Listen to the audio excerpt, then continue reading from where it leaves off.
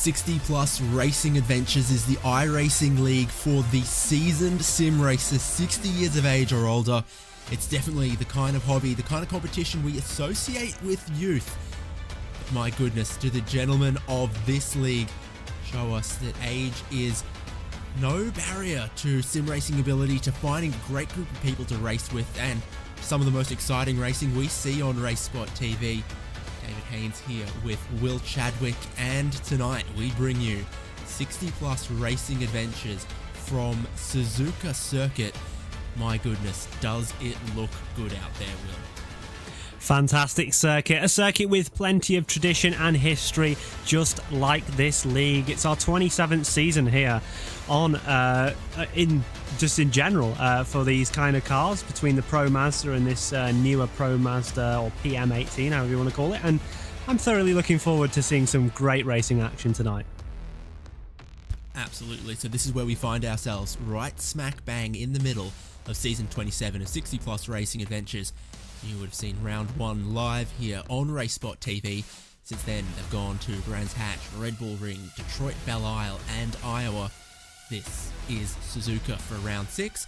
We'll head off to Alton Park, Sebring, Interlagos, Virginia, Phoenix, and you'll find the season finale here on RaceSpotTV live at Willow Springs. That's actually a deceptively challenging and exciting racetrack on paper. Looks a little bit like a puddle of water, but it's a really, really great racetrack. So is Suzuka though, an immense amount of racing history here in all kinds of Japanese categories, and also many, many Formula One Grand Prix. Some famous and challenging corners. And we're looking forward to what two races of 60 Plus Racing Adventures can deliver. Looking then at this middle of the championship and the points battle, Russ Addy leads the way from Paul Stump, John Morgan, Mike Grandy, Randy Shoemake, Ragnar Wisloff, Barry Hills, Steve Greenwood, Mark McCormick, and Mike McCormick, and Peter Hallstrom. That's looking quite nice for Russ Addy at this point of the year. Looking very good, actually. As you can see, those standings very, very close between 9th place and 4th. It could definitely be up for a lot of change here today. Of course, we know Ragnar Wisloff has probably been boating for at least a few of the rounds, but close championships always make interesting rounds, and looking at the qualifying standings so far, it looks like we're going to have an interesting one here tonight. Absolutely. It's a great circuit, and for almost every corner I can picture something in history. It was exciting. Turn number 1, of course, I think of Prost and Senna. In fact, the final chicane, I think of Prost and Senna. This is a track that makes me think a lot about Prost and Senna. We're looking at the number 30 right now, Ragnar Wisloff. He's on the provisional pole. He is looking very, very good here. 2 flying laps, 2 timed laps in qualifying. He's done 1. He's on his 2nd right now, and he's only got 1 more braking zone to go. Yeah, down in towards this very, very tricky section at the end of the lap. The named Casio Triangle, I think. I said Casino before the broadcast, but as you watch him come around the last corner, can he improve on his time? Cutting it short to the beam. And I think he does, yeah, another 2/10 improvement. Yeah, Paul Stump got close to taking that pole away, but then Ragnar Wisloff came in clutch. You're seeing a whole flurry of other laps at the moment. Qualifying beginning to wrap up here. John Morgan, he's missed the 3rd sometimes. Loves sneaking his way onto a podium. Snuck his way to 3rd in the standings. Snuck his way to 3rd on the grid as they stand at the moment. Though there is quite a few other drivers still yet to come around, and John Morgan is done as far as his qualifying times are concerned. Yeah, and like you say, we're just watching Gerhardus Jorgensen, who's at the end of his 2nd flying lap. Again, going to cut it short to the beam to try and maximise that time game as possible. As he crosses the line, there's an improvement up to 4th ahead of Barry Hills. Yep, so he'll slot back into 4th. Ulf Olsen, Russ Addy, Randy Shoemake all look like they're done. Bill Smitham's halfway around on his lap, and I think he's the only driver we're still waiting on seeing a time from. Yeah, it'll be interesting to see whether he can move himself up a little bit. if he is still on a lap. But it's one of our longer laps of the season.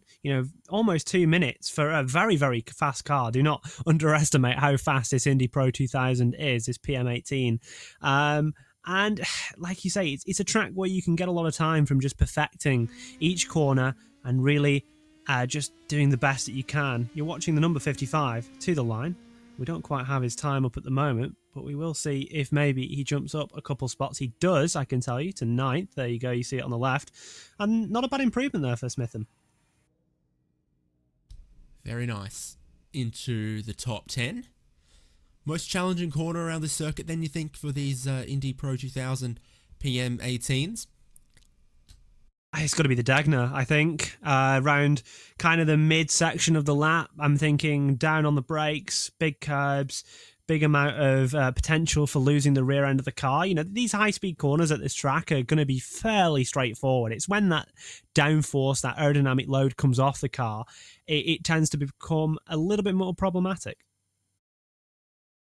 Also then looking at spoon curve there, kind of a double apex. You try to carry a lot of speed in, which you can in these cars, but then always find myself just scrabbling for where is the apex in that second part of spoon curve as it begins to tighten again. And sometimes a late apex works out and you get a great run onto the back straight there and towards 130R, which again will be a very, very committed corner in these cars. Always challenging when a corner is close to flat out, but maybe not quite, not all the way there. And then, of course, it leads you into a potential overtaking opportunity, breaking into the final chicane there, the Casio Triangle. Officially 40 seconds left in this qualifying session, but just about everyone is done. There's only one driver that hasn't... two drivers that haven't set a time, France Brink and Jack Turner, and it's Jack Turner out there that the session is waiting on, and then we're just going to have to wait it out if we get to the grid and the first 2 races in 60 plus racing adventures from Suzuka. Yeah, and just waiting on Jack. Jack had a disconnect just before the start of this session, so our race winner this season in race 2, I believe, maybe in the 3rd round, is going to be starting from near enough the back, and it'll be interesting to see whether he can make any progress forward throughout the night. Let's get ready, gear up, grid up for race 1 of 60 plus racing adventures, round 6 from Suzuka.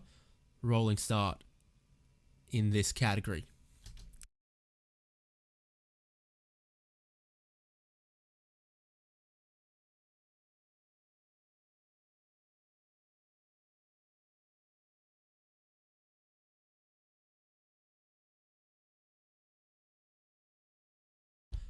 Able to get that grid to you shortly.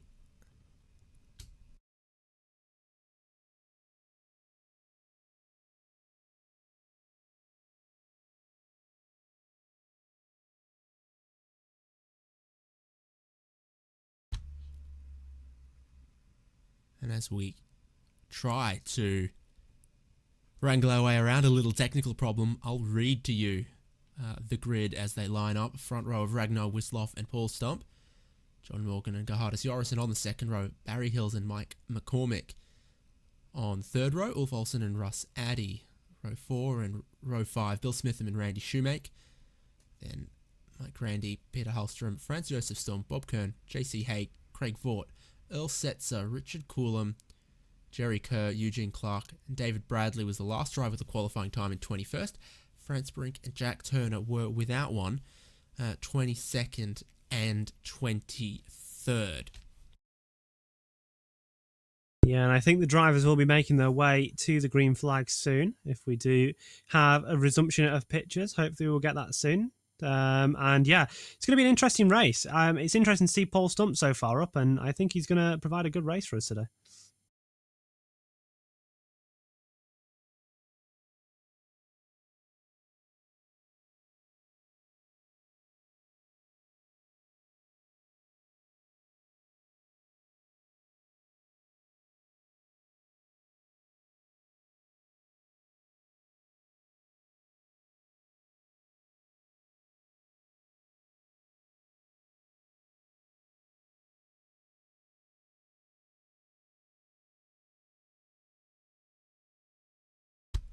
Well, I reckon we just give the good people Race Spot Radio at this point, Will. They have gotten underway. It was a very early jump from Ragnar Wisloff, the race leader, the pole sitter, trying to get away and stretch the field out because he knows that in the opening part of the lap, the S's, you can gain a lot of time, gain a lot of ground, and try to break away before the slipstream that is so powerful in these cars kicks in.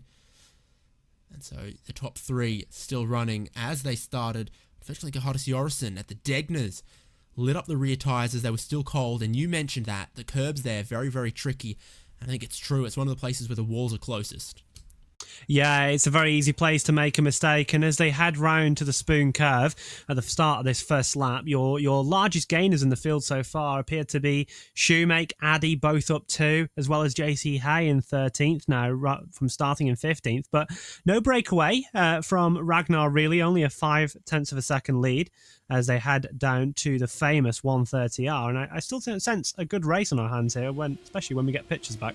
Oh, here they are. Fantastic. Just like I said. As if by magic. It is lap 1 of this opening 15-lap race. 60-plus Racing Adventures.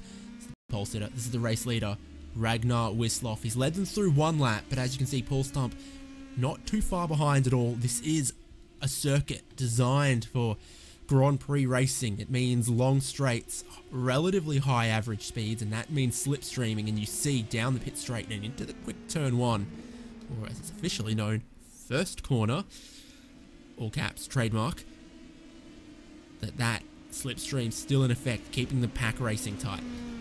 Yeah, and like you say, you can just see those top 3 on your timing tower, John Morgan, Paul Stump, all very close together. Wisloff leading the way. You would certainly expect, especially with his qualifying dominance, you could say, to have rather big advantage over the field in terms of raw speed. However, as the tyres wear, as the race goes on, the opportunities may arise as Wisloff makes any sort of mistake. And we could see Stump or Morgan challenge for the lead here.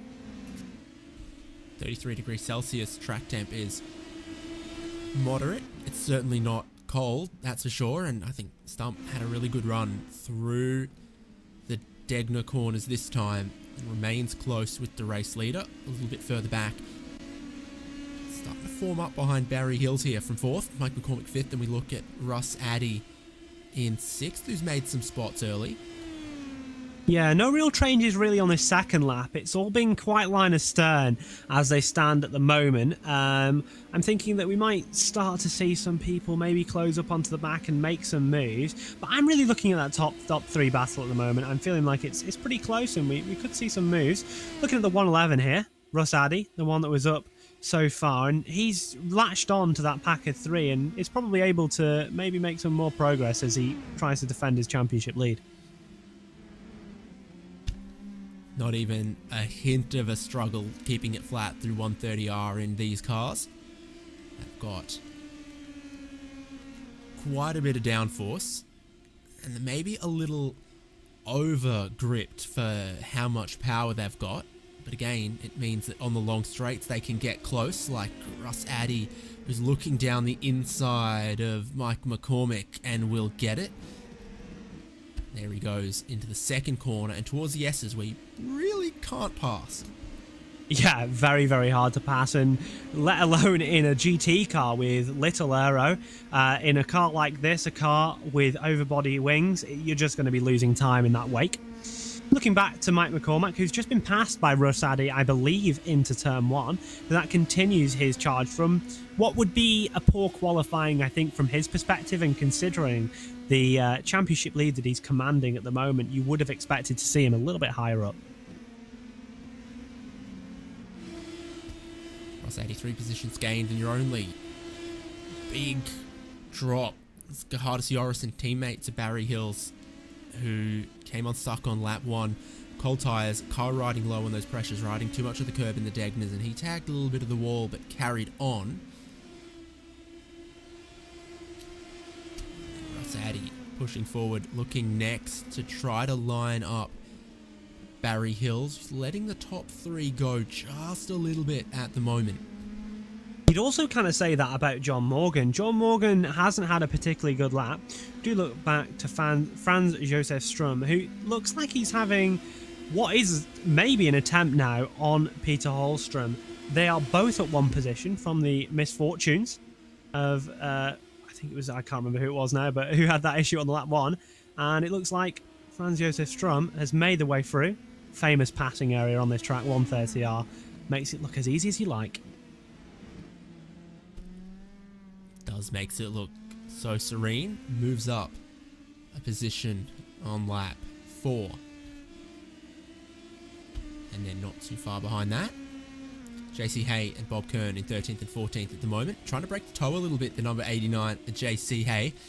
Bob Kern's just going to follow him and remain close. And then Gahardis Jorison. It looks like he's stabilised that back there in 15th place. So he isn't losing too much time at all to any damage that he may have sustained. Looks like he's gotten away pretty lucky from that in the grand scheme of things, and he could line up then with JC Hay, Bob Kern. Still not rule out a top 10 for him there. You would certainly say that, at least from our angles and what we can see, is that Gahardis Jorison doesn't have any physical overbody damage, so hopefully we'll see him charge back through. Of course, it's not just his result that matters for himself, but the team's championship. You know, there's a team's championship that goes on, everyone's in a pair of 2, and his teammate, Barry Hills, will be wanting him to get a little bit further up the order to try and keep their team's title chance going.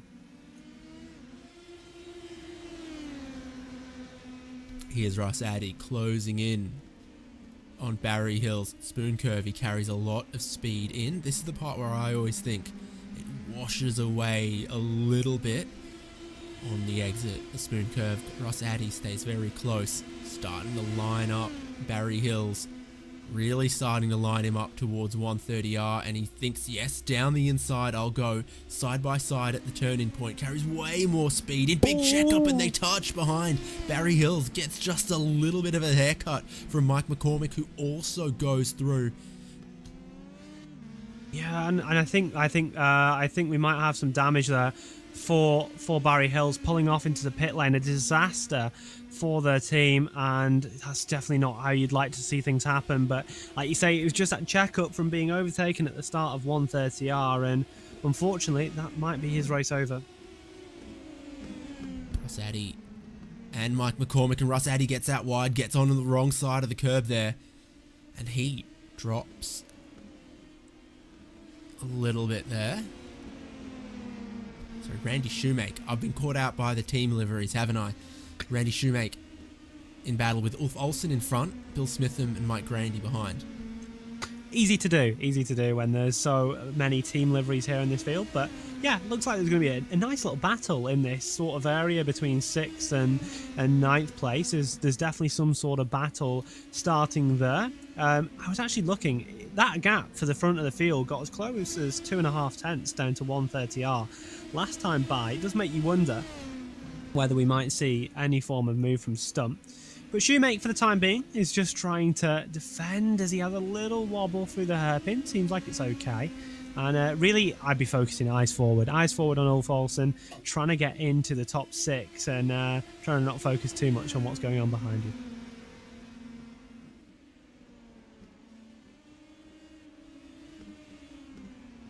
Spoon curve at the far end of the circuit.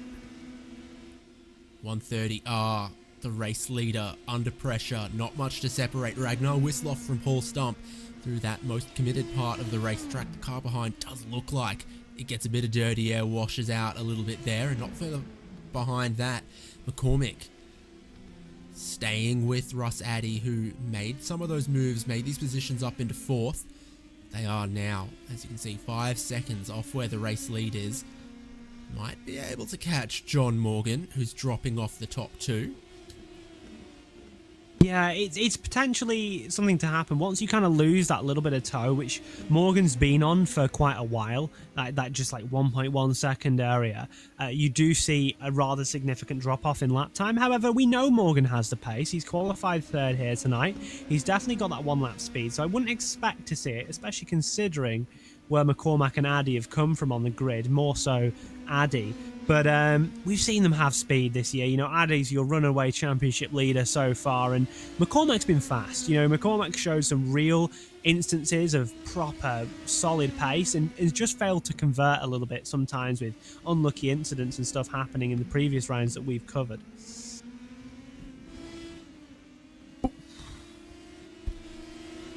Russ Addy and Mike McCormack, the 111 and the 99.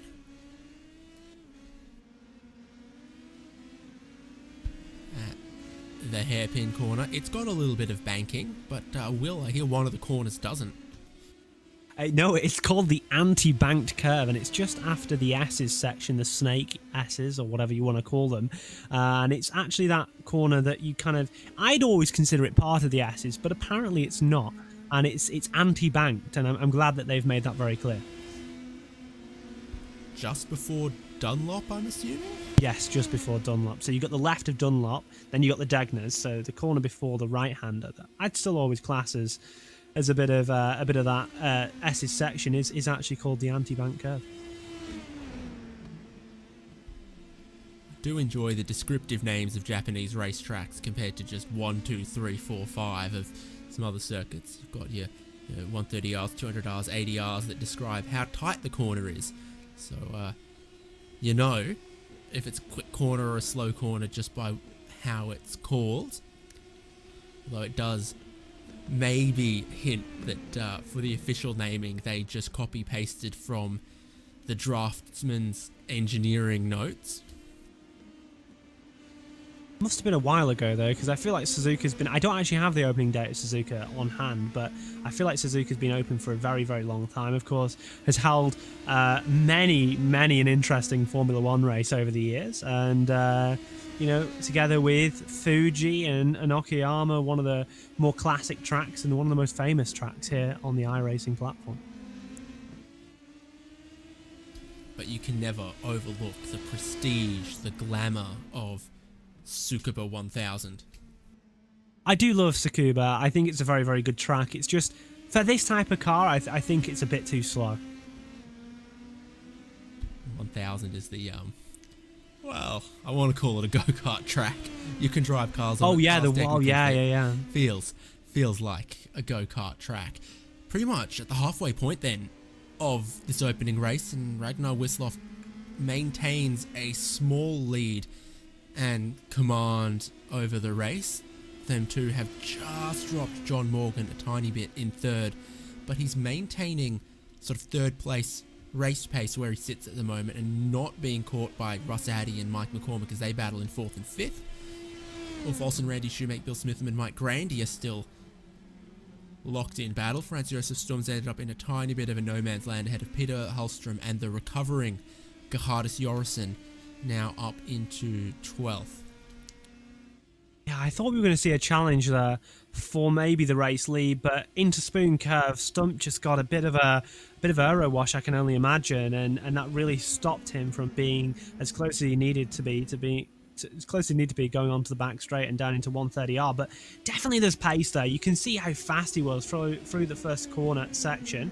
Looking back to Bill Smith, and this is a battle that we touched on a little bit earlier in the race. He's got Randy Shoemake just ahead of him and Ulf Olsen. That's definitely closed up between Shoemake and Olsen, and you could definitely see some bit of chaos, bit of carnage, bit of tight battling going on in the next few moments. The most famous circuit on the anti-banked corner, technically it's that one, according to the track map. And to the left-hander of Dunlop, again, another one of those almost flat out, but not quite. And Ulf Olsen, I think, taking a defensive line towards the Degners be a very, very brave move. Oh! They make contact as Olsen checks up on the way into the Degners. And Randy Shoemake goes with him, both of them sustaining noticeable damage. My oh my. Well, I think you called that just one or two corners before it happened, before it all kicked off. Yeah, and it's just one of those things, people clothing up together. And also, in the moment of that as well, there was a bit of a coming together between Smitham and Grandy as well in the following corner. So it was quite a bit of chaos that kind of ensued there. And you've got to say, Grandy's the one that's benefited the most from this, having a rather sizable lead over Smitham there. This is the the race lead here with Paul Stump again in the wheel tracks, again just behind Ragnar Wisloff. Morgan has caught them a tiny bit on the last lap and on this lap, so I wonder if they're just checking themselves at this point, and we could see a ferocious last couple of laps between the leaders here if Paul Stump opts to really try to sink the boot in instead of just following these 2 car lengths off the back. Yeah, it's all going to come down to whether our friend Paul Stump there can actually close up in one of these high-speed corners and exit onto the back straight or the front straight, kind of 2-3 tenths behind. You could really see it making it happen then at that point. It's going to require a lot more commitment, but actually, just having a little look at the timing tower, it feels like Morgan's maybe coming back a bit. I don't know if he's turned off his safe mode and has decided to push a little bit harder, but he's definitely closed that gap over the last couple of laps. Just teetering on the brink of being 1 second off the back of Paul Stump, which is where he needs to be on the long straights, like the pit straight, like from Spoon Curve down towards Casio Triangle. A little bit wider high line there from Stump, drops him about a tenth back, a little bit closer to John Morgan, and considers dragging him into the fight. There's the view from Bill Smith. Oh, and there's, Mike Grandy just door checks him a little bit after Olsen and Shoemake got together in the first Degner. So a little bit of Degner 1, a little bit of Degner 2. Yeah, a little bit of bumping and bashing here and there, but they're all alive, I think. They're all pretty okay. Well, some more than others, but looking towards this league battle again, feels like just a tenth more, and maybe there'd be a chance for Stump. Maybe this is Wisloff playing with us, you know? We know how dominant he can be in this league, especially when he's not off boating. So I'm thinking that, you know, he's had chance to practice. He told us last time out in the commentary booth that he would be practicing or attempting to make the live rounds a little bit harder than the other rounds of the season, and it certainly looks like he's done his homework, he's done his practice, and as we watch Mike McCormack into turn number 1, still failing to get through on Russ Addy as the time flies by. Time does fly by. You and I will blink and we'll be racing in this league. Looking at Gerhardus Jorrison, Peter Hallstrom going into turn number 1. The thing about the opening part of this lap here is if you get a good run out of the final corner, you get a slipstream down the pit straight. Turn 1 is a difficult place to pass because it doesn't just lead, you know, into a big braking zone and a tight corner. It starts very open, very fast and flowing, and then gradually tightens up, which isn't entirely conducive to licking any stamps. Well, no one clearly told that to Kimi Räikkönen back in 2005 on his charge from the back of the grid. So if he can do it, I believe any of our drivers can do it today.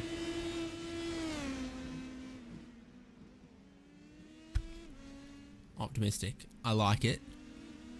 France Josef Stum now in 7th. Bill Smitham behind in 8th place. Gerhardus Jorrison's worked his way back up into 9th, so he keeps just picking them off, working his way back inside of the top 10, looking to try to put together a points result with his teammate. Yeah, and as we look as well, a bit of a shout out to Jack Turner, who you can see has got up 9 positions so far, our biggest mover in terms of positive positions. And like I said, from the back, previous winner this season so far, certainly be looking to do better in that second qualifying session of the evening. Do remember, we do 2 qualifyings here tonight. And it's a unique feature of this league, and it does give people the opportunity, if they had a disconnect or had an issue in the first qualifying, to kind of put themselves on the front row yet again for race number 2.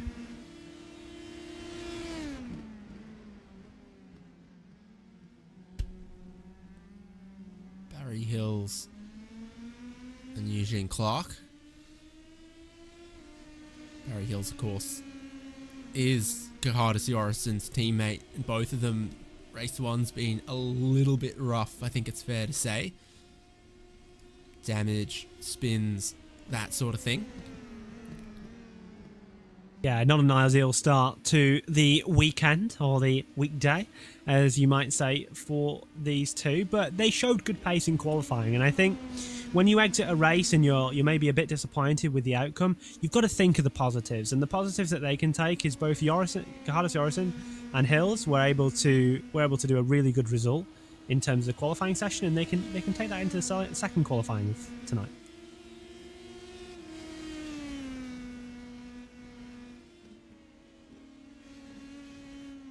Having been through the pit lane for repairs, that 66 of Barry Hills is right back at that sort of top 5 speed again, and either towing or leaving behind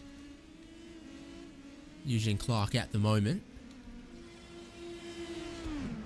And Ragnar Wisloff, I'd say, is more towing than leaving behind Paul Stump as they're about to start lap 12. Stump will be maybe starting to scratch his head a little bit about, what do I do? Can I pass him? Can I challenge him? Franz Josef Stum drops behind Bill Smitham at 130R as Bill Smitham goes up into 7th place. And the resurgent Gerhardus Jorison having a massive dive. An absolutely ludicrous look at the Casio triangle and millimeters away from spearing straight into Franz Josef Stum.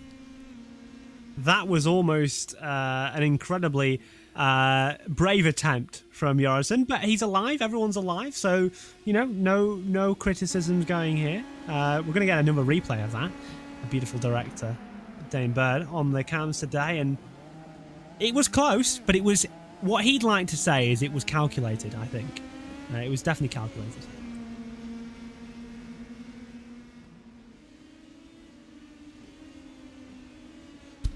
Now they work their way back through the S's and towards the Dunlop curve. Peter Hallstrom closing in, lining up.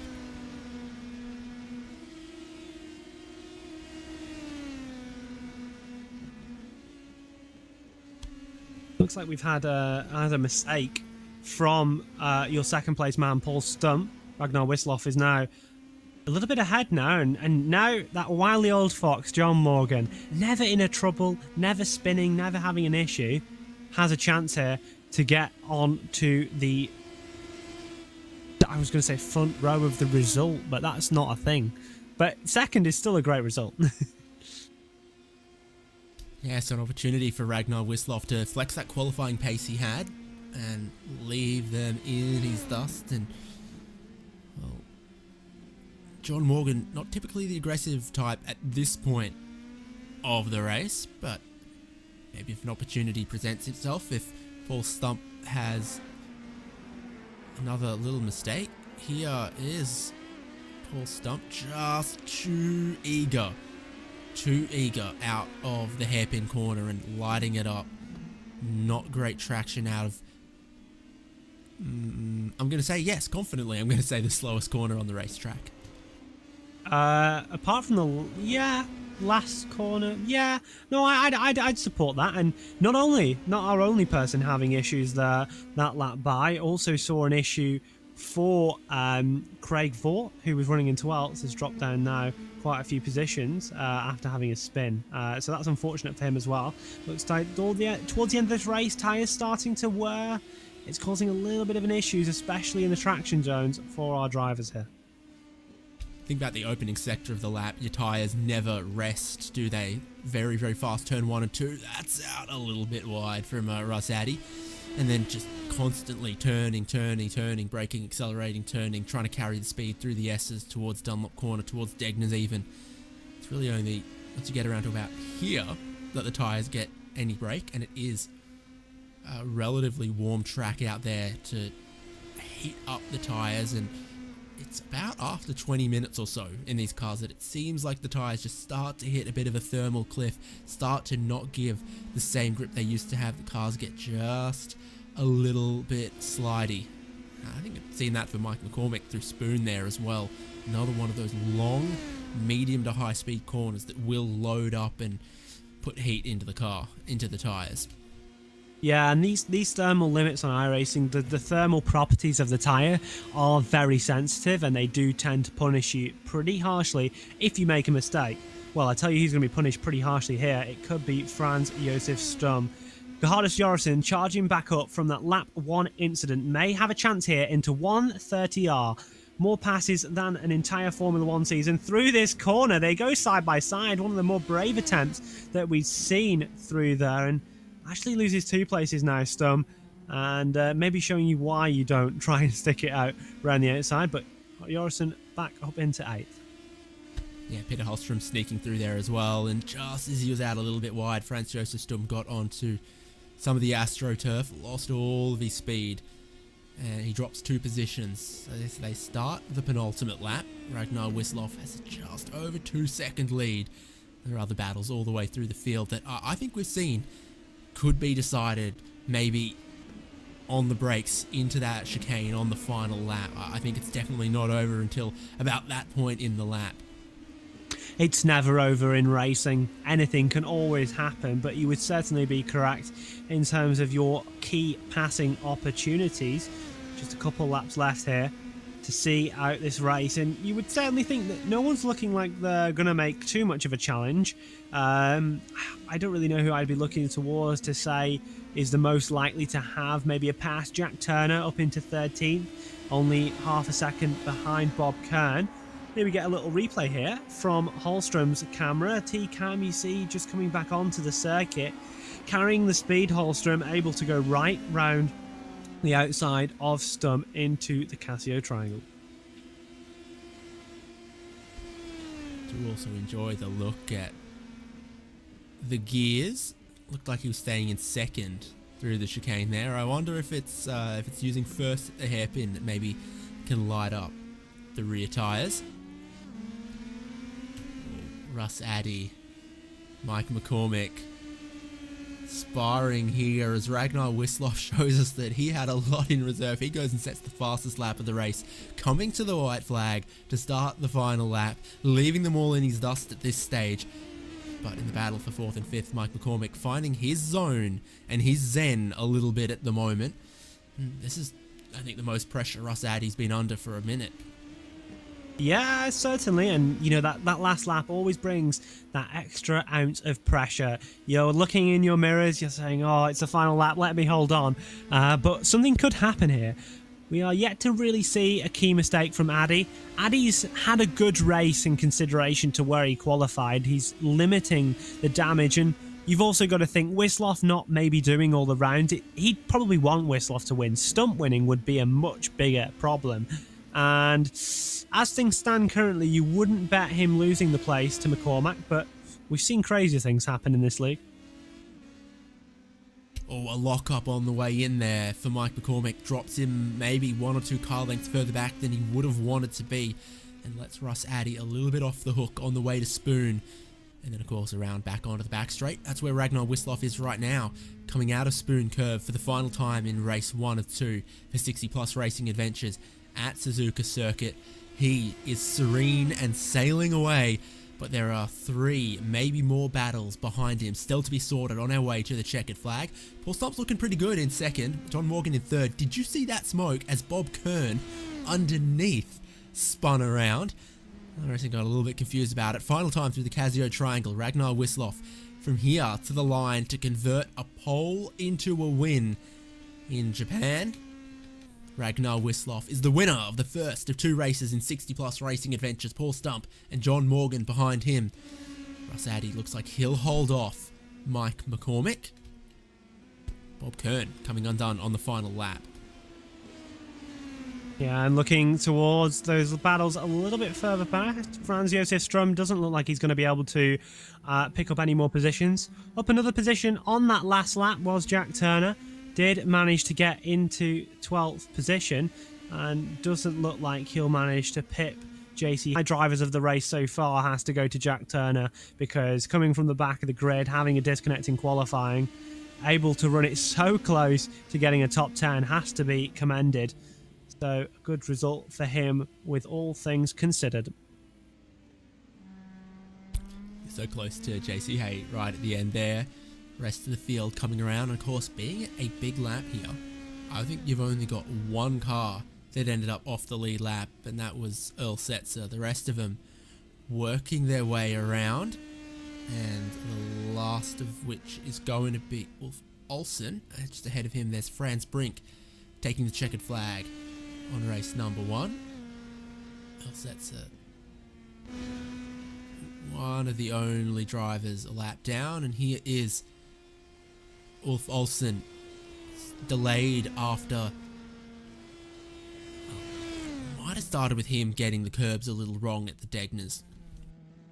Yeah, it was certainly a bit of a dramatic crash that we saw earlier on in this race, but disappointing. Starting 7th for Olsen, will be wanting to fight back into the second race this evening, but hopefully we might get to chat to some of our drivers, as we often do here in this league, so we can wait a little moment for them to jump into the commentary before you get the results. Yep, looking at those results of race number 1, Ragnar Wisloff, the race winner.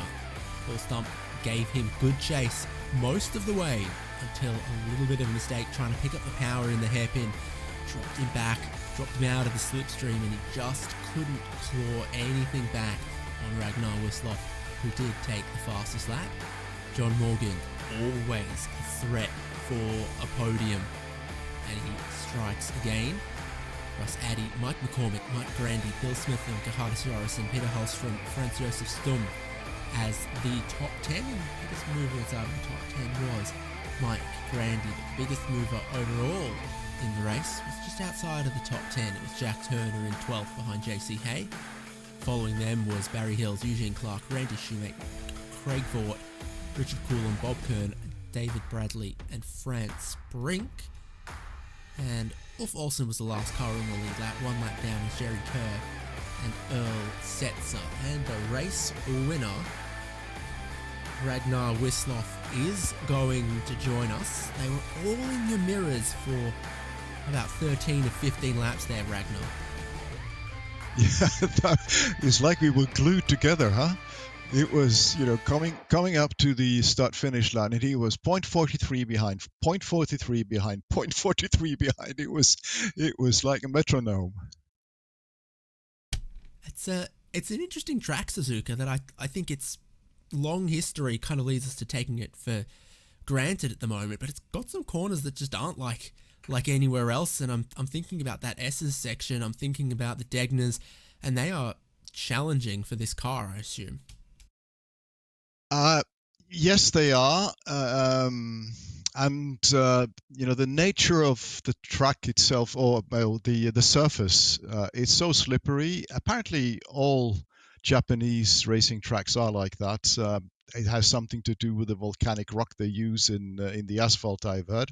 But it's always slippery, and so you have to be super, super careful. Make sure you select the right gears. If you have too much torque, it's so easy to spin. You have to really practice to be consistent here. SS is one thing, and I think probably the most difficult corner is Dunlop after the S's. To keep your foot down, even though the back end is fishtailing, that's that's always interesting. You're listening to Asiatic Geology and its effect on race car traction here with Dr. Ragnar Wisloff on RaceSpotTV tonight.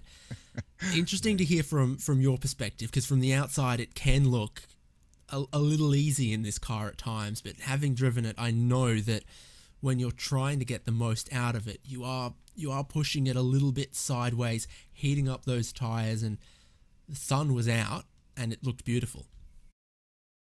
Okay, good. Yeah. Unfortunately, Paul made a little mistake about 3 laps from the end, so then the pressure on me was off, but he then had a lot of pressure. I'm sure you'll talk to John after, but it was a very, very interesting race up to then. It was I was wondering when he was going to make the move into the last chicane, but he never quite got close enough. He was 0.2 behind, and it would have been very brave to come from that far behind. That would have to be a Ricardo braking move. He's back, baby. How about 130R in this car? Looks flat out in good conditions. But the big slipstream leading towards it saw a few drivers trying to go side by side through there. And definitely not flat out side by side. No, when you're alone, when you're in clear air, it's easy. Even on the first lap, you can stay flat. But if you're in wash, you have to lift. Otherwise, you'll just end up on the outside of the track if you're really close. Well, you grab a pole position, you grab a race win, Ragnar, but there's still one more race to go. How clean can you sweep Suzuka? We'll see. There's another race to go, as you say. Lots of corners to get right, and everyone's getting hot and getting a little tired. And we'll see what happens in the next race. It'll be interesting. Absolutely. Best of luck, Ragnar. Always great to chat. And we'll see. Maybe those mirrors will be a little busier in race number 2. We'll see. Well, thanks, David. Thanks, Ragnar. Ragnar Wisloff, race 1 winner, joining us. And he definitely didn't have it easy, but he did lead every lap on his way to that victory. We take a little break here on RaceSpotTV, and when we come back, it's qualifying and race number 2 from Suzuka in 60 Plus Racing Adventures.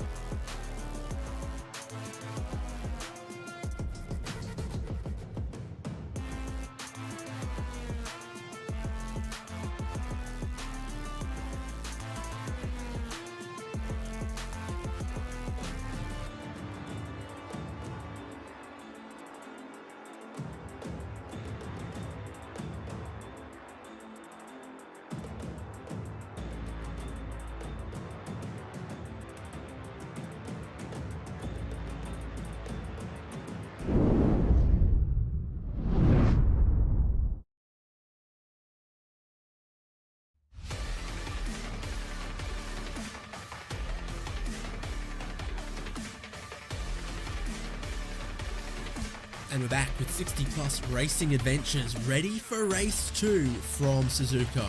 Race 1 proved that this circuit's history and prestige are for good reason. In race 2, what could be different? David Haynes here with Will Chadwick. Zane Cameron producing. Will, we are very much looking forward to covering this qualifying session because I think a good top 5 qualifying really puts you in a good place coming into this second race. Yep, and it will do. And I'm quite interested to see how the drivers perform under the pressure in the qualifying. Will we see maybe a little bit of a change of the order? You'd certainly think that we'd see Mr. Wisloff on top, but who knows what can happen here. Qualifying is just getting underway as we speak, and I couldn't be more excited for race 2.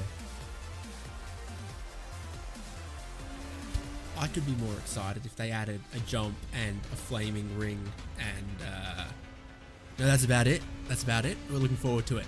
They're on their out laps right now trying to build tyre temperature in, and we're looking at the driver who qualified pole, led every lap and took the win in race number 1, which makes it sound like it was easier than it was. He had drivers right in his slipstream following him the whole way, and under that pressure Ragnar Wisloff did not crack.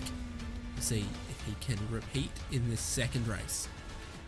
Yeah, and with the pace advantage he had, you would certainly bet in his favour to do well in this qualifying session, but I think it'd be good for the viewers if he had a bit of an issue. Maybe started 5th, 6th, 7th, could see him coming through the pack. In practice, we saw Greenwood on top, followed by Stump again. McCormack showing a bit more pace as well. So, who knows? Greenwood did the double earlier in the season. Maybe we'll see some new guys up front in this second race. See that big catch of the slide coming out of Spoon Curve for Ragnar Wisloff. His tyre temperature plan seems to be push on the out lap like it's a race lap. You get 2 qualifying laps, so it's out lap, flying lap, and that's it, and they're done. So in this 10-minute session, means they can kind of get around and get it all done in about the first 6 minutes or so, lining up for his first flying lap. Ragnar Wisloff crosses the line and looks down towards turn number 1. Typically in a 2-lap session you go banker lap, attack lap. We'll see what his first lap looks like from Ragnar Wisloff. Yeah, seen him come through the first corner, that's actually turn 2 into the S's. A lovely little sweeping camera there as we switch back to the normal camera options. Kind of coming through this section into the anti-banked curve. It looks not that anti-banked to me, but there is definitely a bit of adverse camber. Through Dunlop, we heard him talk mainly about this corner being one of the hardest sections on the track in his opinion, squirming for traction. Down towards the Degnas, Degna 1, Degna 2, I think you could call it. But to be neat and tidy so far, not using too much of the track limits, keeping inside those white lines, he's definitely making the FIA happy here today. Into the hairpin, no sign of a locked brake, a little bit wide at the apex, but a nice drive off round 200R. Non-zero chance that somewhere in Finland there's a person called anti-banked. There might be. I think there's a person called everything though. And literally, there could be a person called everything. People name their children many different names. Looking at these sectors so far, and I'm looking at some more detailed numbers. It's looking good for Ragnar Wisloff. Steve Greenwood, he's also off to a decent start on the first flying lap. Paul Stump put up some decent sectors as well, but we're about to get an idea on form guide for the second qualifying session to set this grid for race number 2. 60 plus racing adventures at Suzuka. Ragnar Wisloff is down the hill to the timing line. Jack Turner, actually the first driver to set a time, and that's good for him, and one that holds relatively well. Ragnar Wisloff shoots to the top, John Morgan into second, Russ Addy into third, and that is about to all shuffle very, very quickly. But what do you imagine Jack Turner might be able to achieve with a top 10 start? I think it would definitely bolster his chances. We saw him do really well in race number 1. I don't think he quite has the pace of our top 5, but I could definitely see him sneaking a result, especially with a little bit of chaos. That gap at the top, though, between Stump and Wisloff is just so close. I look forward to seeing Greenwood come through and see if he can maybe put it up in the mix. But Turner, chance to improve on this second lap, definitely has more time in it. Be interesting to see what he does now going into the hairpin. Middle of the road on his way in, lights up the rears big time on the way out. He's pushing and he's pushing and he's maybe pushing a little bit too hard on this second lap. Ragnar Wisloff has had just a little mistake on this second lap, if I'm reading that number right. But he's had some good sectors as well, though. He's got the pole position at the moment. It's going to take Paul Stump or Steve Greenwood or someone to usurp him. Yeah, you would certainly think that, well, as the time goes by, even if he does mess this lap up, he has still put a solid time down on the board, pretty much as fast as anybody went in race number 1. However, we did see him achieve a time around about 0.2 of a second quicker in that first session. Jack Turner coming off to finish his second lap of the qualifying. Can he improve? Going to cut it close to the timing beam. Looks going to be like it's might be quite close. Not an improvement, so maybe knocked out of the top 10 here as Russ Addy's in the pits. And Wisloff improves only by a very little amount. Yeah, very, very slim margin of improvement for Ragnar Wisloff there, as he only found a couple of extra thousandths. Peter Hallstrom, what does his lap look like? It's just all personal bests on the way around to go up to 11th. Eugene Clark slots into 16th. Mike McCormick moves up into 5th. David Bradley, 18th at the moment, looking to improve on a 159.2. And it looks like he'll shave just a little off it in that 19th position there. Still got Steve Greenwood, 3rd at the moment, and only just coming around on his second lap at the moment. No purple sectors here, but still doesn't need to find a whole lot to find some improvement. Yeah, and as he cuts that corner a little bit close, he's the last one to realistically challenge our race leader. Not quite able to do it. If he just managed the time he'd done in practice, we could have seen Greenwood on pole. But as it stands currently, top 3 split by just under 1/10 of a second. Curtis Yorison gets 1 spot off of Randy Shoemake. Russ Addy will look like he could be the last car in the top 10. Everyone who's out there has used their 2 qualifying laps. It's Richard Varley and Jerry Kerr that haven't left pit lane at all in this qualifying session. Ulf Olsen taking it as a bit of an extended practice session at this moment, as is Randy Shoemake. And Peter Hallstrom, tantalising perspective of the top 3, all within 1/10 of a second in qualifying around a full-length Grand Prix circuit. I always say, with that lovely figure 8 configuration around here, you know, it's just a little bit of an Oran Park copy. Oh, of course you'd say that. I feel like Oran Park's your playground in Australia. Although saying that, Australia is pretty large, so maybe not. But yeah, Ulf Olsen just choosing this as a bit of an opportunity just to get his eye in. It's a shame that we didn't see another guy, another driver on pole. But I think it's going to be interesting going into this second race because, yes, we've got similar guys up in the top 10, but I think we could see some changes in the order. Certainly Stump threatened to do that in the opening session. So 20 drivers set a qualifying time, and 0.09 of a second separate the top 3. Steve Greenwood needed less than 1/10 of a second to jump from the second row to pole position. Couldn't find that time out there, but Ragnar Wisloff is tracking for back-to-back poles, and Paul Stump right with him once again. What's your qualifying surprise then? I'm thinking... I think you have to say Addy, don't you, in 10th? I mean, obviously it's not looking forward, it's not in a positive manner, saying like, oh, he did really well in qualifying, or, you know, but I think Addy down in 10th, big issue for his championship if he can't move forward again, or maybe even worse, gets involved in an incident.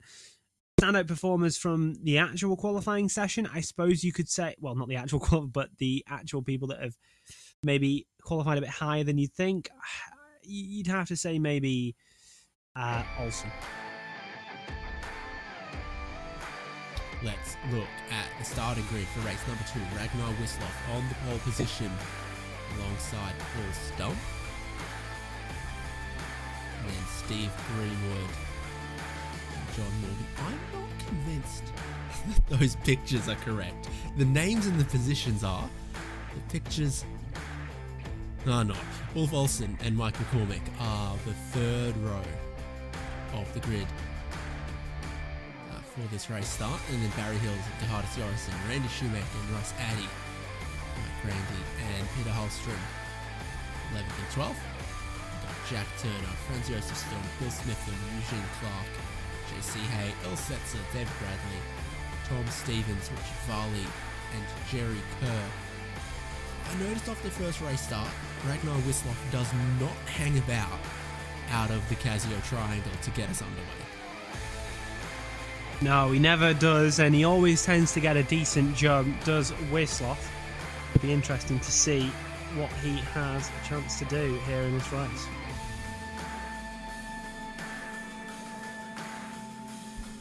South Field with the short formation lap through the Casio Triangle, the front row. They all look right now. They didn't on the grid graphic, but that's definitely Ragnar Wisloff and Paul Stump on the front row. Starts to leave a little bit of space to the pace cars as Ragnar Wisloff. It's in, and away we go. Ragnar Wisloff putting the power down. Paul Stump on the outside of the front row, getting left behind somewhat. Steve Greenwood will be ahead of him as they come across the line. John Morgan getting sandwiched as Ulf Olsen gets aggressive on the race start, also trying to make some moves right now. It's like Randy Schumacher and Russ Addy picking up some spots from their starting line. Yeah, Andy up too, as things currently stand into the S's. But interesting to see Greenwood's teammate Stump there be quite nice to, well, his teammate, and let him by into turn number 1. We know Greenwood has the pace from practice. Can he turn it into a passing opportunity now? Oh, and the big slide from McCormack on the exit. Yeah, cold tires for the red car of Mike McCormick. He gets swamped. He's surrounded by teammates, 2 in front, 2 behind, and Randy Schumacher and Russ Addy going together, gaining big positions off that race start already. Barry Hills, Tahada Jorison, Mike McCormick drop backwards at the expense of Randy and Russ. Mike Randy having a little bit of a go at them there, and then the teammates get super close through the hairpin as well. Yeah, a lot of close battling here on this opening lap. Looks to be quite congested in places, especially into those slower corners. But as we start to come towards the end of this kind of lap as a whole, I think we start to settle out a little bit. Still plenty of chances for people to gain positions. Grandy with a fantastic save on the exit. Yeah, it's a big catch, and he didn't go fishing, that's for sure. Cold tyres proving so challenging now. He squeezed a little bit beside Bill Smitham and Jack Turner, heading down a 130 yard, one of the most fearsome corners on the track. So challenging to carry speed through here. Mike Randy appears to have shook off those nerves as they break into the chicane. Yeah, mighty slow through here. Randy off the line there to prefer, but Ragnar Wisloff converting that pole position to the race lead at the end of the first lap. Steve Greenwood, such a great run off that start up into second place. He now tries to challenge Paul Stump, Ulf Olsen, John Morgan, 5 cars for a breakaway. Here's Mike Randy looking to the inside of the opening complex of corners, and that's job done. Or is it? Oh, that was a really bit of a look on the second phase of that corner, but no positions changed there. Interesting looking towards this kind of aggressive nature that these drivers have adopted at the start of this race. Something we tend to maybe not see too much here in the 60 Plus Racing Adventures League. And yeah, it's going to be interesting across the course of this race whether there's any attrition really, because these drivers are being quite aggressive at the moment. Riding curbs on the way into the Degner for Jack Turner. Lost 2 spots, so he qualified better this second time around. Not found his rhythm quite as quickly. Is this a little bit of team orders, a little bit of gamesmanship here? Russ Addy moving ahead of his teammate Randy Shoemaker, who slots back in right in front of Mike McCormick. Spoon curve, Barry Hills and Gerhardus Jorrison behind that. So still Mike McCormick, 2 teammates in front, 2 teammates behind, all on his lonesome. Addy is faster than you was the radio call to Shoemaker there. Bit of team orders, but you know, it's all part of the game. Gonna have to play it. And it's going to be interesting to see whether Addy can again move forward from that lowly qualifying position by his standards to move on and try and get a better result. Here you've got Grandy again trying to attack Holstrom, and it's going to be interesting as Wisloff sets the fastest lap of the race. Great exit from Mike Grandy behind Peter Holstrom, and he'll look to pull out towards turn 1. This is not a replay. He's doing it again, and similar is happening behind between Franz Josef Sturm as Bill Smitham had a look, but doesn't have quite the confidence that Mike Grandy does, moving up into 11th. Yeah, clearly quite a bit of confidence from Grandy, able to just push the car into corners, know the exact placement of where his car is, and it's definitely benefiting him here at the start of this race, able to recover a few positions after his half spin on the exit of Spoon. Looking towards some of the drivers that are throughout this top 10, top 15 scenario, it's quite interesting to see kind of what's going on. Grandy looks to be breaking away though, and you'd certainly think that his next target must be Jorrison. Fastest lap of the race at the moment belongs to Paul Stump in the 3rd place position. And then Olsen, John Morgan, Russ Addy, Randy Shoemaker battling on the way into Spoon Curve. A gap beginning to form between the top 3 and the rest. And both battles are looking quite interesting. We're looking at the rest here. And it's Randy Shoemaker dropping back a little bit from his teammate, coming under pressure from Mike McCormick. Looks to the inside of 130R and will shoot straight through and up into 8th. Yeah, McCormick able to make a fairly simple move there as he was able to just slipstream up to the back. Looking towards the front of the field, that gap looks awfully close going across the line, and there may be a move here for the lead. To the outside for Greenwood, down into the first corner. They're going to bang wheels, not quite, just not able to carry that speed round the outside, but it's already promising signs with Greenwood challenging Wisloff. Gosh, I sure could go for a banana or 2 right now. Greenwood putting more pressure on Ragnar Wisloff than I think he's faced to this point tonight, but Wisloff cleverly using the inside line at the opening part of the lap to defend his position, and Greenwood has to wait and has to try to look for another weakness or another chance or another opportunity. Yeah, and Wisloff just looks so good for these tight, technical, twisty corners that it's hard to get close to him when it matters. So that was one of the biggest opportunities of this race so far, of this evening, for anyone to topple Wisloff and make him not lead a lap. It feels a little bit like Formula One, watching the same person lead over and over again, but we're not complaining because there's some fantastic drivers and they deserve to be in that position here tonight. So it's going to be interesting seeing coming out of Spoon whether that can happen again and Greenwood can close up.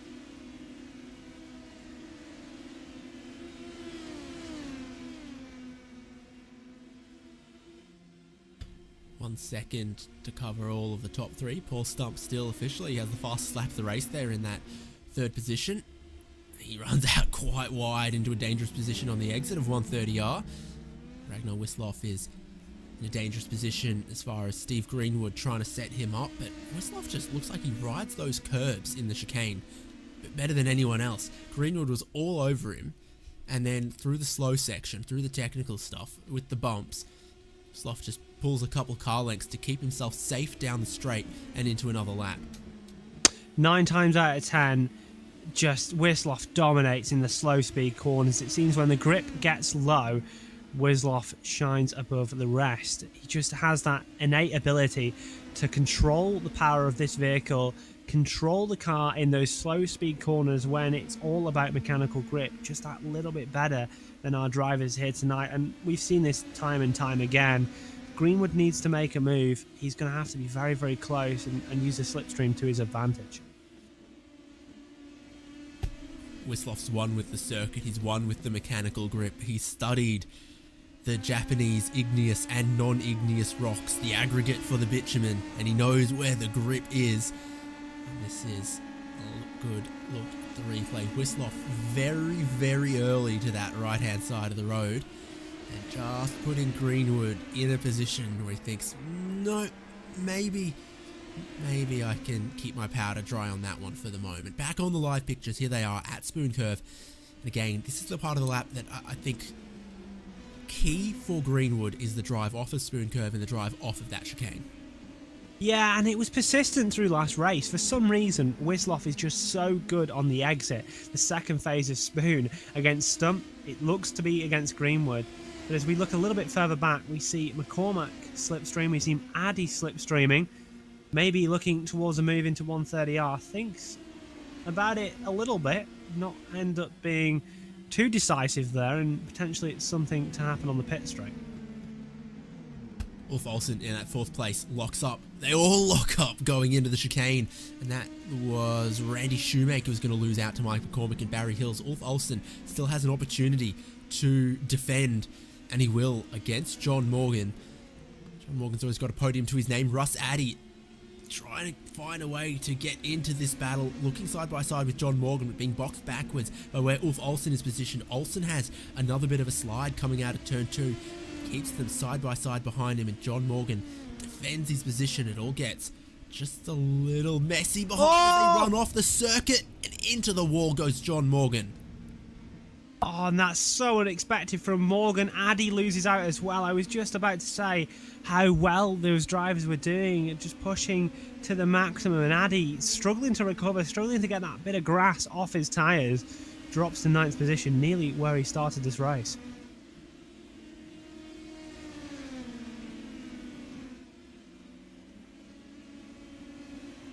Well, Suzuka is challenging, and it's challenging for more drivers now as Russ Addy spins out from behind Mike Grandy, who ran off wide. Addy, distracted, ends up in the wall. That's massive. We don't sort of see these mistakes from the likes of Addy, your runaway championship leader, as so far, and 2 consecutive mistakes in such a short period of time. It's a day for him to forget for sure. A recovery drive once again. We were watching the replay of that first incident, but we do cut back to your leaders. Looks like there might be a challenge again, maybe for Greenwood to have a chance, maybe on the pit straight if he's able to challenge Wislov in these slow speed corners, but you'd certainly expect Wislov to get a superb exit as he does. It's going to be interesting down on these later laps.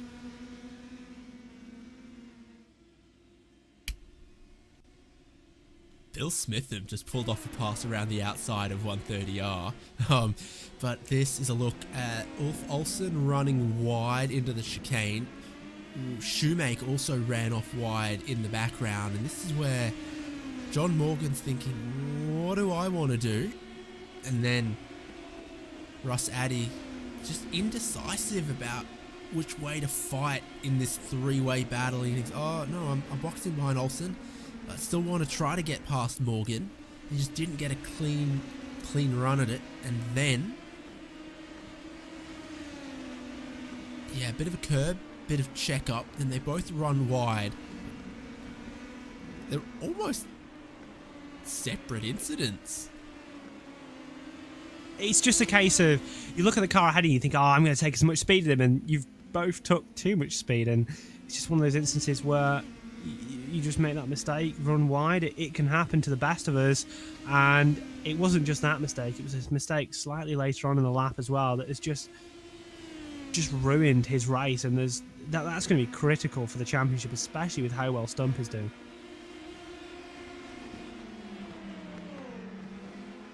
Oh, what a move from Smith, and I know you mentioned it, but that was fantastic there. Simply marvelous. Had a very big chance of ending on a much more sour note, but as it was, I love it. You love seeing that kind of passion, that kind of fight, and that kind of racing when it turns out well. Are we going to see some of that up front? I know Steve Greenwood can be a little bit feisty, a little bit fiery, and he's close with Ragnar Wisloff. 4/10 as they came out of the final corner and they put the power down. In the slipstream now, it closes to 3/10. It closes to 2/10, and turn 1 comes just in time to save Ragnar Wisloff. Looking further back, McCormick attacking what looks to be like Ulf Olsen. Again, that kind of move that we saw from Greenwood, not able to make it work around the outside. And as you enter the Snake S's section, it's going to be hard for McCormick to do anything else here, really. He'll have to wait till the later opportunities in the lap, unless he's got something magical up his sleeve. Does it deserve another look? Deserves another look. Flat out at the top of 6th gear. Oh, just what a move. You can't say much more than that. It was a fantastic move, and we'd like to see more of that. Smith and just round the outside. It was just so poetic, so beautiful. See it again and again. I'd have it on replay constantly. Hang it in the Louvre. This is Olsen and McCormick battling over 4th and 5th. Barry Hills and Randy Shoemake still watch on, but another chance. Mike McCormick's not able to get by.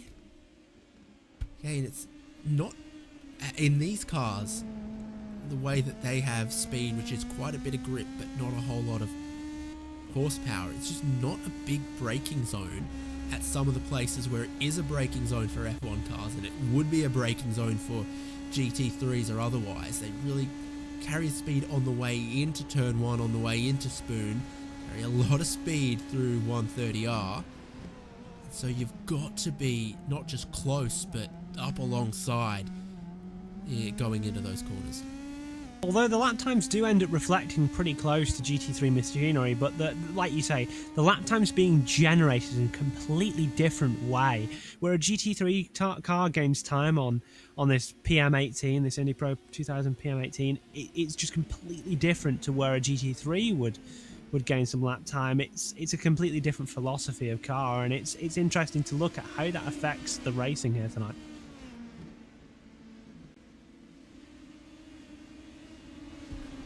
A lot of tight pack racing all through the field. There's only a few drivers that are lonely. It's Paul Stump in 3rd, starting to drop back a little bit off the Wisloff and Greenwood battle. Randy Shoemake's just in the back a shot here. Franz Josef Stump in 13th, all by himself, but the margins, the gap's very close for the rest of the top 15 or so in the majority of the field. And that's where little mistakes would get punished quite severely, when there's a couple of drivers behind you ready to pick up anything you drop. And it's so competitive, this league, that you can't count your eggs before they hatch, or your what is it? I'm not sure. But the point is, you can't count your sushi before it's rolled. Exactly, that's a good point. And we're in Japan, so more sushi than that. I love sushi. It's a fantastic delicacy. Some people don't like it. I really do. But like you say, you can never rest on your laurels. You can't just sit there thinking, it's fine, I got it covered. There's always someone to take your position. So it's going to be interesting here. Again, we look towards that lead battle. Closes up into the hairpin. The immense traction from Wisloff will pull him away slightly. And again, the gap is just seemingly too big for Greenwood to overcome down into turn number 1. The look in the lead battle. Steve Greenwood, you get a sense of the slipstream. just peters out at a critical moment. Barry Hills looks like he's gotten ahead of Mike McCormick at 5th. See that shopping around. Yeah, indeed he has. Maybe a little mistake there, or getting checked up behind 4th place driver Ulf Olsen. But Barry Hills gets his chance to jump up into 5th. You can see both of them are a little bit further back off Ulf Olsen than they were on previous laps as well. Yeah, and something's clearly happened there, because we saw McCormick have a lot of pace, a lot of determination to try and get past Olsen, but maybe a mistake, maybe just pushing that little bit too hard. Here you are watching the replay cameras from our fantastic producer, Dane Bird, and like you say, mistake on the exit, easy as you like for Hills, and yeah, it's what it takes. You know, we heard Wislov talk about it, talk about the traction zones, talk about how hard it really can be, and how easy it can be to make one of those mistakes. And it's so critical in those positions of the track.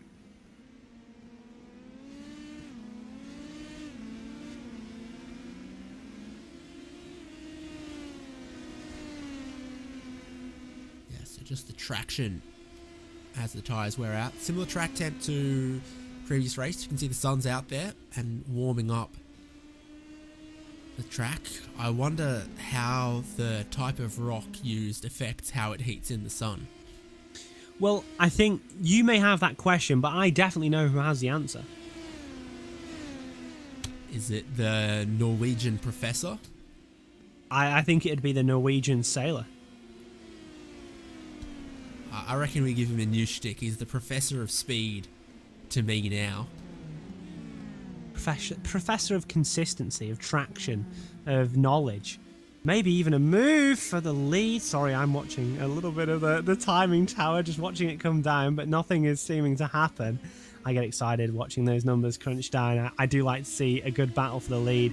Greenwood's definitely capable of making a move here. He's definitely capable of having a chance, but you'd have to say it'd have to be on the backstretch. Watching a little replay here through Degner 1 and 2. Hallstrom may be running wide on the exit. And you're going to have a move there by Jack Turner into 11th position, the best position he's been in so far this evening. And he's going to look forward now and try and get on to the back of Bill Smith and our Magic Man. You'll have to see it, a little move into the hairpin, a little slide from Ragnar Wislov coming out of the second Degner, not to an extent that's going to leave him vulnerable at the hairpin here, but it is something that'll give Greenwood a little bit of a look. See him picking a late apex, trying to pick up traction best he can. Think about how much tyre life is left, how much grip is left, how hard he wants to push now, how hard he wants to push on the final lap. If you go 10/10 the whole way through, you will just overheat the tyres a little bit. Something to be said for cooling them off now if you can. Yeah, and every time, man, I watch it and I'm like, oh, maybe Greenwood will have a chance, maybe Stump will have a chance. But Wislov is so dominant through Spoon. It just seems like he's 2 tenths quicker than everyone else. Just so consistent. And it just makes it that much harder for Greenwood to have an opportunity. Not phased while looking to the inside is Wislov. To be another good exit and another lap passes without a challenge for Greenwood into turn 1. Wislov not ready to immediately give up the inside line into turn number 1. He knows that Steve Greenwood is coming, but not arriving in time. It puts Wislov off the line that he'd want though, and this is what you want to see from Greenwood. You want to see the guy in front be worried, start to defend, start to do different things, because that's when there's a chance of them making a mistake, a chance of them overheating their tyres, a chance of them being just a little bit distracted. Way different lines on the way in there. Certainly a different philosophy, really. Maybe also not just trying to take a different line, but trying to get a bit of clean air to that overbody aero dominant car. Of course, these cars do have flat floors, so the majority of the downforce produced on the overbody wings. Not too complicated, but certainly something to think about. And as we watch this battle continue, it looks to me like there's just patterns. We've got patterns of the track where Greenwood's faster, patterns of the track where Wislov is faster. So we saw the mistake earlier from Mike McCormick trying to get the traction down out of the chicane, the Casio triangle. He ended up behind Barry Hills, now putting a little bit of pressure on Barry Hills, but Ulf Olsen in 4th. he also has a little bit of a wobble, and this could go all the way down to the final laps, to the final corners here as well. I think McCormick's found a little bit of his mojo back to close Barry Hills, who's closed Ulf Olsen just a little bit. And it means you could see all of three of them trying to arrive at the same piece of tarmac in the closing stages here. Randy Shoemaker still just shadowing them behind in 7th place as well. What you really mean to say there is low grip volcanic tarmac. So just remember that, because it is different. So we do need to remember that. And it's true. It is true. You know, Okayama is always one of those tracks that's very, very slippery for any car here on the iRacing service. But this battle will certainly go down to the very last laps. We always tend to see battles throughout the longevity of this entire race. Watching Smitham up the inside of, is that Gahardis Jorgensen to the final corner? Just maybe a bit of a mistake there, and is able to make that move stick. I vote Smitham driver of the day. I'm ready to call it already. I think you're part of the Smitham fan club. Oh, I am. Ever since he went around the outside of 130R, we got a couple good looks at that. He's pulled off another unconventional but opportunistic move to be 6 positions gained so far in this race, inside of the top 10, from 15th on the grid to 9th at the moment, still with a little bit of racing to go. What's not to love? Well, you know what? I look forward to seeing you come back at the end of the season, Bill Smitham top, maybe get it tattooed on your arm if he wins the championship. You should make that bet, actually. You should make that bet. Smitham wins the championship one of these seasons, you have to get him tattooed on your arm. Yeah, I'd be up for that. Make it happen. We'll have to let him know about this. Hopefully he comes in for an interview afterwards.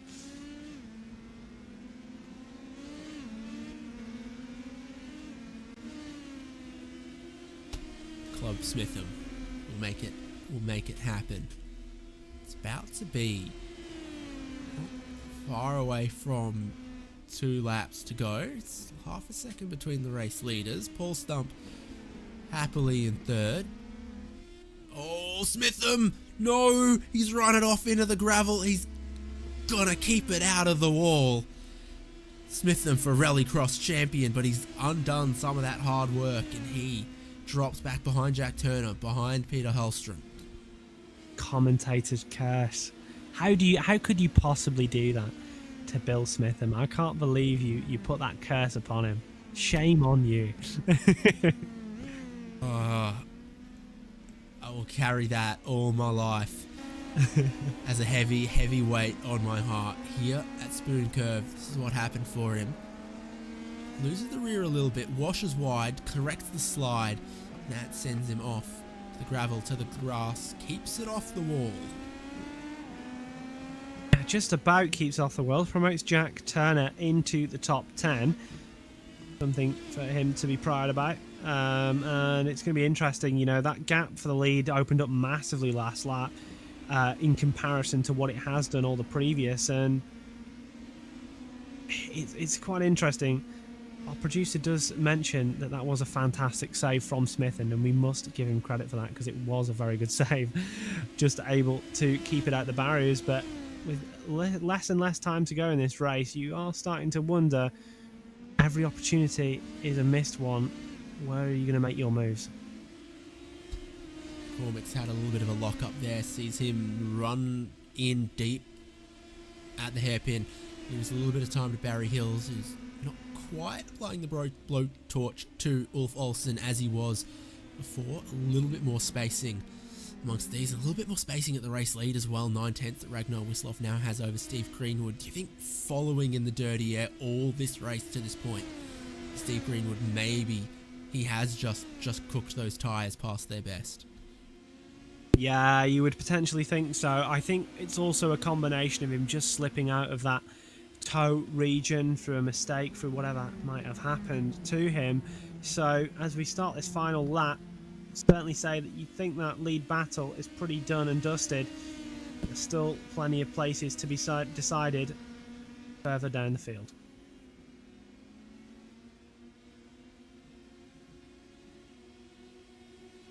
Last lap of Suzuka circuit. Ragnar Wisloff to hold off Steve Greenwood. Ulf Olsen to try to hold off Barry Hills. and Mike McCormick. Track temperatures still high, tyres reaching that hot zone where they slide around a lot. Short wheelbase on these cars means they are quite snappy, quite responsive to throttle inputs that are too aggressive, trying to carry a little bit too much speed, hands that turn in a little bit too quick. Yeah, and like you say, it's one of those cars that just have that slight edge to it, that slight bit of aggressiveness. You do look back to your lead battle. Greenwood's made a fair effort to try and catch up a little bit in this remaining laps, but his best chances have passed.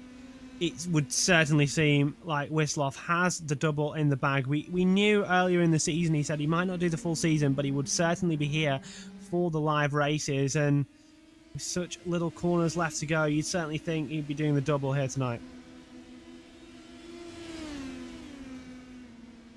Seen the power of the commentator's curse, so you just can't jump too early. With a couple of corners left of this one, a little bit of the apex curve at 130R. Ragnar Wisloff approaches the final braking zone. Casio triangle. Steve Greenwood lunges close as he dare, but close is not close enough. The checkered flag waits. Ragnar Wisloff looking for back-to-back wins at Suzuka, and he gets them.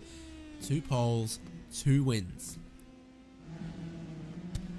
Good team result there for Steve Greenwood and Paul Stump, second and third. And here, Ulf Olsen still not going to succumb to Barry Hills and Mike McCormick. But do you know who we have brutally, savagely jinxed this race? Bill Smitham and Peter Hallstrom collide in 130R, and it ends rather sickeningly. And where the scene of his greatest achievement in this race happened just before Stones looked to be his greatest failure, we look forward, or maybe not so look forward, to seeing a replay of how that might have happened. Looks like Hallstrom's able to drag it to the line. Not sure what position that will be across the line, but a bit of chaos there right at the final. Perhaps, like Icarus, he too hath flown too close to the sun with his wings made of wax. We'll see in a moment once the rest of the field finish, and last driver will be waiting on, I think, being Richard Varley. He's here around at Spoon. Lap times just underneath 2 minutes. That's how far you can drop back, still remain on the lead lap. Smitham, so he's going to tow, and he'll be scored as the last car on the lead lap. So Smitham's to the inside of 130R. Hallstrom around the outside. He's not clear of him, but does have his nose in front, and that's always where it's a little bit, okay.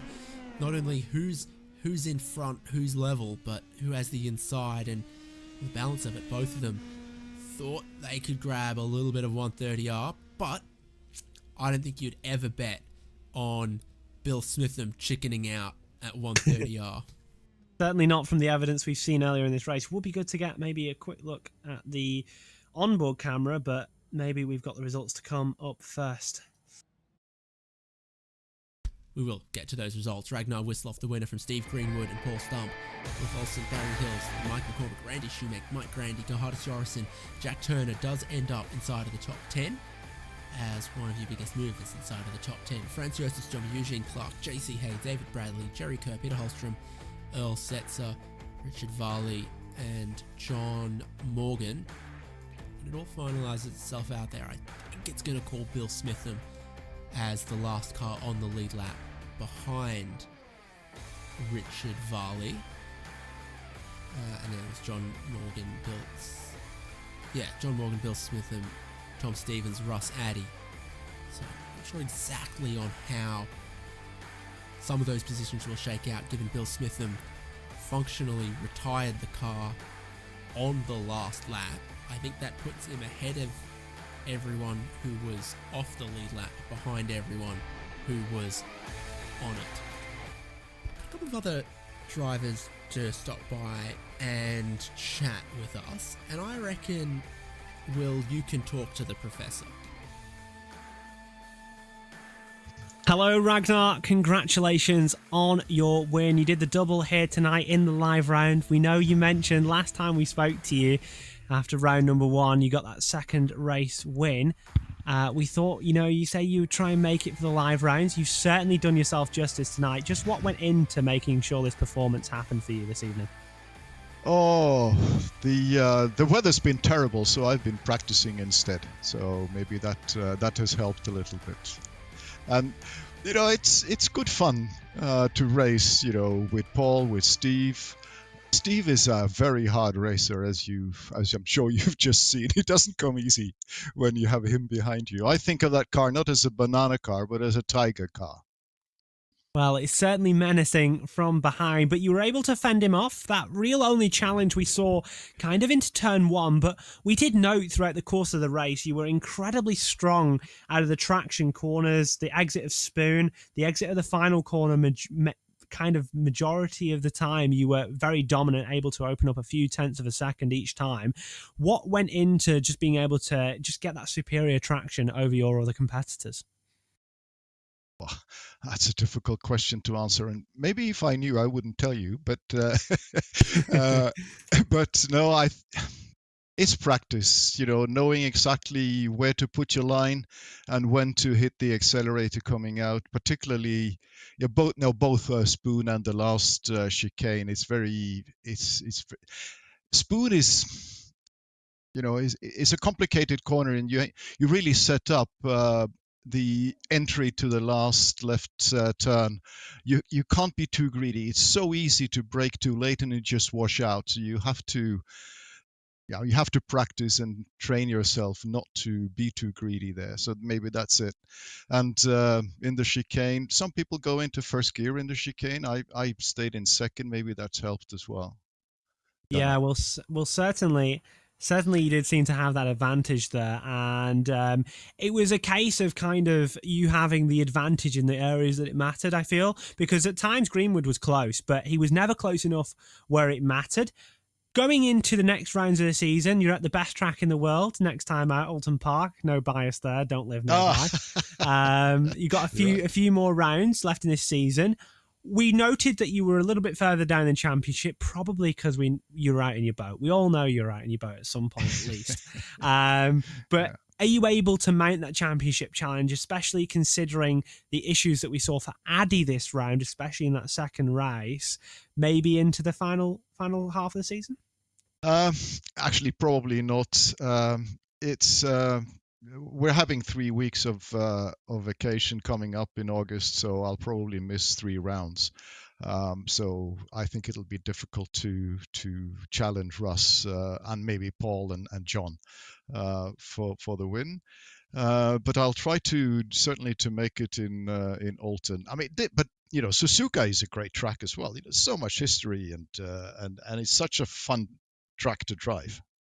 Yeah, it certainly is. It certainly is. But one of them isn't in Cheshire, and that's the biggest problem. Yeah, yes, but I hope next round when we do the broadcast, we'll have RaceSpot's answer to Martin Brundle and Jensen Button again. It's so fun to listen to you guys commentate after. It's really a pleasure. Thank you very much, Ragnar, for the kind comments. Congratulations on both your wins here tonight, and we look forward to seeing you in the season finale later this season. Have a nice rest of your day and happy boating. Thank you very much, Will. Bye for now. Fantastic to talk to Mr. Wislaw as per usual. And I think now, David, it's your time to have a little chat with Steve Greenwood. Yes, indeed, the driver who followed him home, and maybe he's giving Ragnar a couple of extra grey hairs.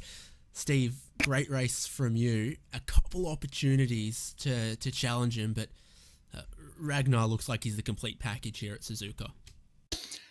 Yeah, I didn't have the pace to overtake him. I could get alongside basically, wasn't it? And that was it. He drove well. So hats off to him. I just couldn't, as I say, I just didn't have the pace. You're looking very high potassium in this livery. Teams Championship is something I think we've heard you put some weight behind before. How's it going this season at the halfway point? I've no idea, to be honest. I don't know. I think we're about third something like that. I can't remember. I don't know. Because if you want to take a silver lining out of this race, I think it looked like a pretty good result for as far as that's concerned in this second race at Suzuka. Well, I believe Paul got second in the first race, so yeah, we got 2 seconds, so that's not too bad. Should score well. I'm not sure who Ragnar's teammate is. I think is it Grander. I don't think he did that well. So, and as I say, I think Russ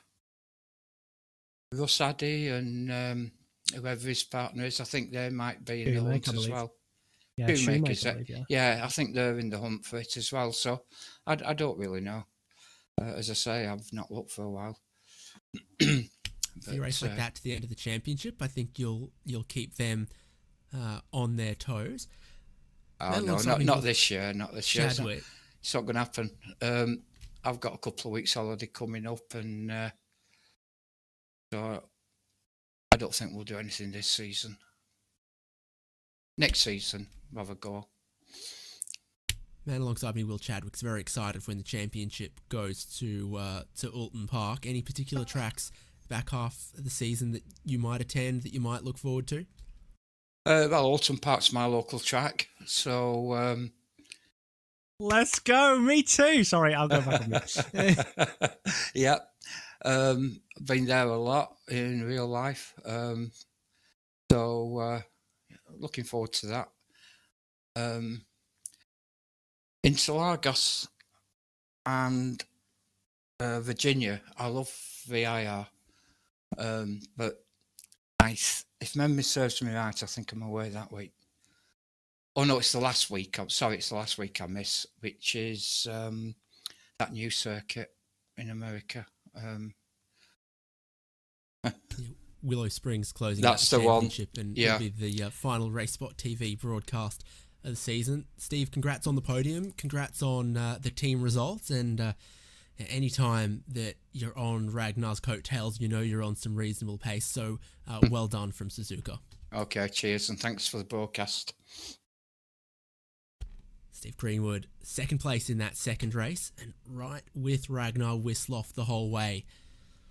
Well, that was the middle of the season for 60 Plus Racing Adventures from Suzuka Circuit. They go away to a couple more tracks, and then in a few weeks' time here on RaceSpotTV, you'll see the crowning finale of this season, 60 Plus Racing Adventures. Thank you so much for joining us today. I've been David Haynes, Will Chadwick with me, and Dane, our producer, as well.